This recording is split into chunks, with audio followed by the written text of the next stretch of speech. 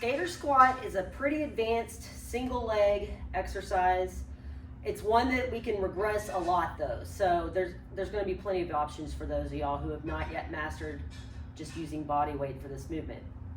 So I'm going to show y'all the base variation and then show y'all some options. So with the base variation, we're going to use we're going to use dumbbells to counterbalance. So I will say that the weight of the dumbbells is not really important as far as like we're not going to load up the dumbbells in the hands here.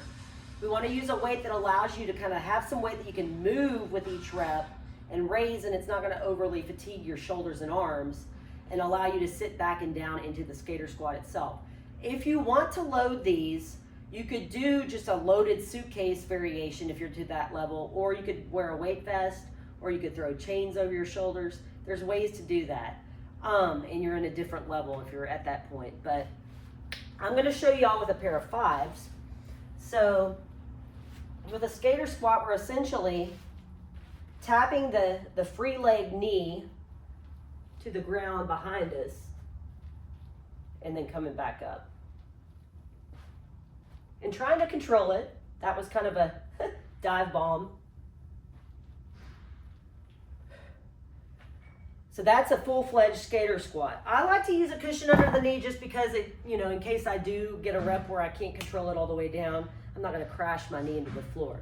I will say too, we can regress the movement and decrease the range of motion by stacking something that's higher underneath the knee. So you'll see how that's going to work. So I don't have to come down as far.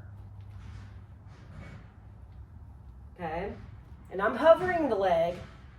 You could also bring it back here in between each rep and let it kind of get a reset.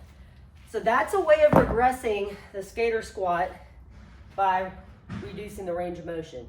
Now, if we want to use some balance assistance and offload some of the body weight, we have options for that. We can use rings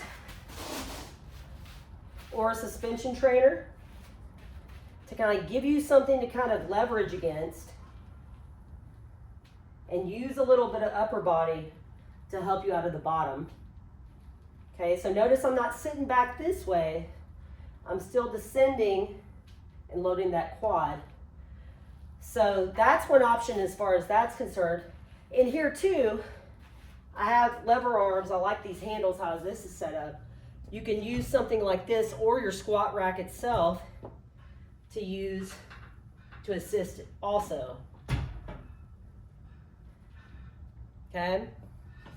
Those are a few options that give you some ideas to make that movement easier.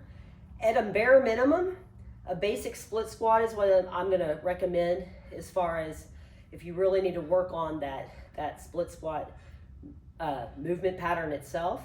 And those are the skater squat options.